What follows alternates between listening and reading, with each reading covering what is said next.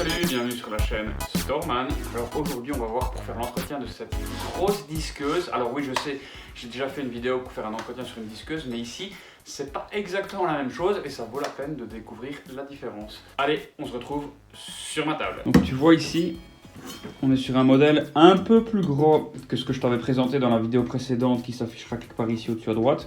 On est sur un modèle Bosch GWS 20-230. Et alors ici, je vais essayer de te trouver l'année. Tu as le numéro de série juste là, le type. Tu as le nombre de watts, tu as le diamètre du disque ici. Tu as le nombre de tours par minute. Mais à aucun moment on a la date. Moi, tout ce que je peux te dire, c'est que cette disqueuse-là, elle a au moins 20 ans parce qu'elle appartenait à mon grand-père. Et donc c'est une vieille disqueuse comme on n'en fait plus. D'ailleurs, je t'avais dit sur la Black & Decker, on est obligé de démonter le cul pour pouvoir contrôler les balais. Ici, c'est pas du tout le cas. Tu as ici un cache-balai avec une vis plate. Et ici, un cache-balai avec une vis plate également. Donc on va voir ensemble comment on fait pour contrôler ces balais. En gros, c'est le même principe que sur ma petite disqueuse, sauf qu'ici, au lieu d'être sur une Black & Decker, on est sur une disqueuse Bosch, que l'accessibilité au balai est beaucoup plus facile, donc il y a juste deux vis à dévisser. Et je vais te montrer un petit peu comment est-ce qu'on observe dans le moteur. Donc, tu prends simplement un tournevis plat, tu viens gentiment dévisser ici. Tu enlèves la vis, tu la mets de côté pour ne pas la perdre. Et ici, tu vois, tu as une encoche. Donc tu viens simplement, comme ceci, gentiment. On ne casse pas le plastique.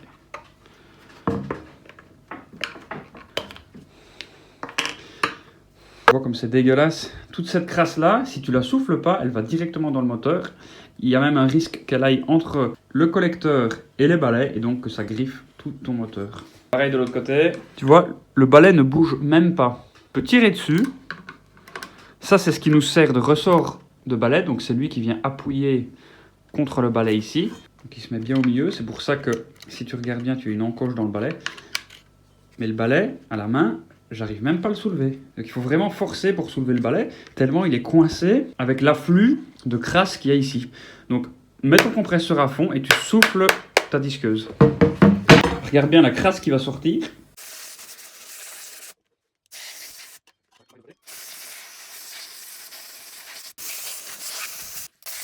Et donc ici, tu vois que maintenant j'ai tout nettoyé. Il reste un petit peu de crasse, mais c'est déjà vachement moins pire que ce qu'il y avait avant. Et maintenant, j'arrive à jouer avec mon balai. Donc moi, ce que je te propose, c'est tu enlèves ceci. Donc ça sert de ressort. C'est lui qui fait en sorte que ton balai vienne s'appuyer contre le collecteur. Donc tu enlèves gentiment le ressort à l'aide d'un tournevis. Tu enlèves ton balai. Tu vois que ton balai est branché ici à une cosse. Ça passe par la cordelière ici, ça vient passer par l'interrupteur et ça alimente gentiment tes balais. C'est eux qui reçoivent le courant et qui font tourner le collecteur. Tu débranches gentiment. Inutile de te préciser que ta disqueuse ne doit surtout pas être branchée aux 220 volts. Tu soulèves gentiment ton ressort ici, à l'aide d'un tournevis. Tu enlèves ton balai. Tu remets ton ressort dans le porte-balai. Et tu vois que ton balai est encore dégueulasse. Donc ici, tu l'essuies gentiment avec un chiffon.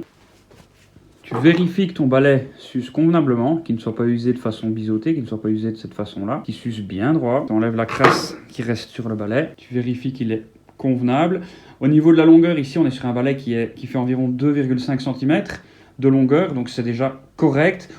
Tu compares la longueur de ton balai, si tu as une disqueuse Bosch ou une autre, avec la longueur du balai original, parce qu'il se peut que ton balai fasse ceci de long ou qu'il ne fasse que cela. Bien souvent, plus ta machine est puissante, plus ton balai va être gros, large et long. Tu vois qu'il reste de la crasse, donc on va souffler après. Mais avant, tu fais pareil de l'autre côté.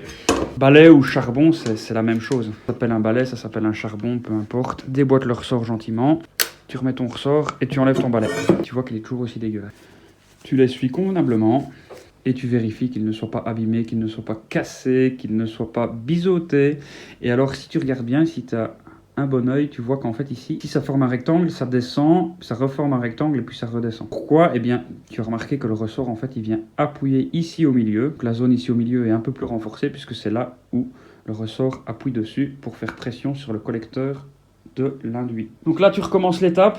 Tu souffles un coup ici.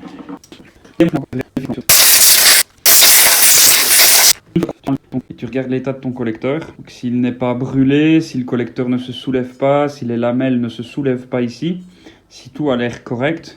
Tu dois sentir aussi à la main si ton roulement accroche ou non. Ici, dans mon cas, tout va bien, donc je ne vais pas m'amuser à démonter tout pour rien. Et jusque là, au niveau des balais et du moteur, c'est correct, surtout que ma disqueuse, je l'ai fait fonctionner, elle fonctionne bien.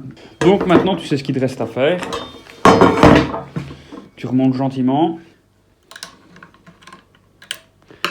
Voilà, tu vérifies que ton balai coulisse bien. Tu remets le ressort, et puis tu viens gentiment remettre la connectique. Tu fais la même chose de l'autre côté.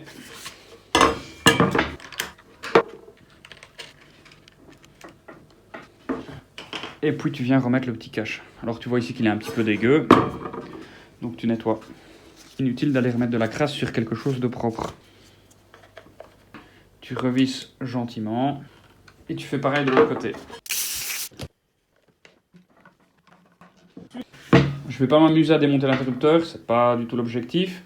Ici, je vais démonter la tête. Donc tu vois que c'est un écrou qui est démontable assez rapidement. Donc tu appuies ici. Et tu viens dévisser.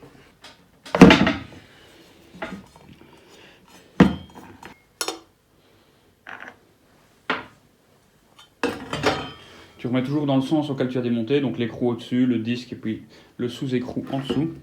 Et ici, même topo, tu vas pouvoir passer un coup de soufflette pour bien tout dégager, tout enlever.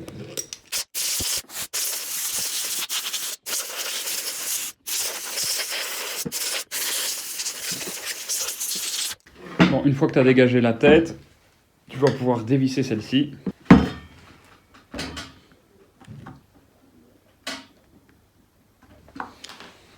Donc tu vois que les vis sont extrêmement dures. Ce que je te conseille, c'est de frapper légèrement sur ton tournevis à l'aide d'un maillet.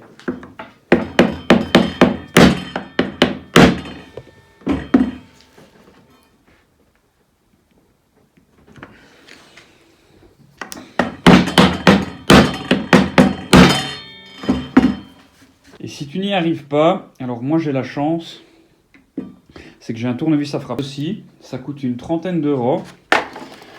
Je vous mettrai un lien dans la description si ça vous intéresse. Et en fait, c'est un gros truc. Vous le mettez d'un sens ou de l'autre. Là ici, je le mets vers la gauche. Vous prenez le bon embout.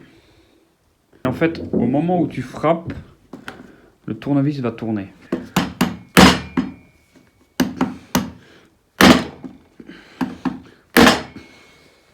Donc vraiment, au moment où je frappe, ça va débloquer ma vis. Alors ça va dans un sens, comme ça pourrait aller dans l'autre.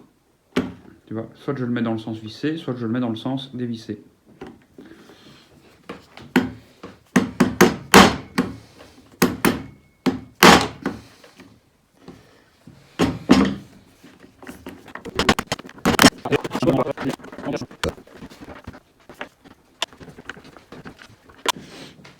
Une fois que les 4 vis sont dévissées, tu n'as plus qu'à enlever gentiment la tête. Alors tu as une petite encoche ici, tu soulèves, tu fais pareil là. Tu fais attention à ne pas abîmer l'embase. Tu as déjà un O-ring là qui sort, donc il faut faire attention de ne pas l'abîmer. Il faut vraiment y aller. Voilà. Donc là on est face à l'engrenage. La graisse est quand même relativement liquide. Ça tourne bien. À ce niveau aussi, je n'ai pas de jeu dans mon roulement. On est quand même sur quelque chose d'assez correct. Donc là, je vais pas remplacer ma graisse. Je ne vais faire que l'étaler un peu partout, même si elle est quand même vachement liquide. Donc tu vois que la graisse Bosch et la graisse Black & Decker ne sont pas du tout du même aspect. C'est pour ça que je te conseille vraiment, si tu veux changer la graisse dans une meuleuse ou dans une machine comme un marteau perforateur, vraiment utilise la marque du constructeur parce que certaines graisses peuvent chauffer, d'autres sont plus visqueuses, d'autres sont plus liquides, etc. Et donc du coup, il faut vraiment utiliser la bonne graisse. Ici, comme pour la disqueuse Black & Decker, je ne vais faire qu'étaler la graisse de façon à ce qu'elle se répartisse partout. Même si ici, tu le vois clairement, elle est déjà vachement liquide. Tu prends un vieux pinceau et tu viens gentiment l'étaler. Au niveau de l'engrenage, ici, il est correct. Celui-là aussi, ils ne sont pas abîmés, donc je vais pas m'amuser à le démonter pour le fun. Tu vois qu'il y a un O-ring ici. Tu peux le remplacer si ça t'intéresse, mais tu vois qu'il n'y a pas de crasse à l'intérieur de mes engrenages et de mon renvoi d'angle. Donc, j'ai pas d'intérêt à les changer. Tu viens essuyer un peu l'embase, de façon à ce que les crasses ne rentrent pas à l'intérieur. Et ça s'arrête à ça. Moi, je suis sur une vieille disqueuse, donc j'ai pas envie de commencer à tout changer. Je vais remettre simplement le couvercle. Bon, après, tu sais ce qu'il reste à faire. Tu mets les 4 vis.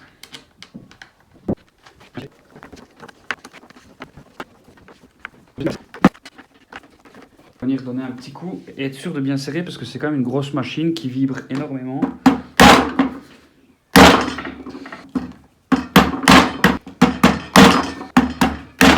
Après, c'est assez simple. Tu remets ici le contre-écrou, ici le disque et ici l'écrou rapide. Et voilà! Donc tu as vu comment est-ce qu'on fait l'entretien de cette disqueuse Bosch qui a 20 ans, tu as vu qu'elle est encore en bon état. Si tu en prends, les vieux outils portatifs sont extrêmement robustes. D'ailleurs, la disqueuse est très très lourde, ce qui fait qu'en fait on a des éléments qui sont surdimensionnés et donc ça peut tenir encore des années si tu en prends soin. Si tu ne dois retenir qu'une seule chose de toute ma vidéo, souffle, nettoie, entretien. Tu souffles comme il faut, tu nettoies, tu graisses ce qu'il faut graisser et c'est déjà tout. Tu peux vérifier également ta cordelière, changer ta prise ou peu importe. Dans un premier temps, teste ta machine afin de savoir si elle a un problème ou non. Si elle n'a pas de problème, nettoie-la, entretiens-la et elle tiendra des années. Moi, je te retrouve dans une autre vidéo et salut!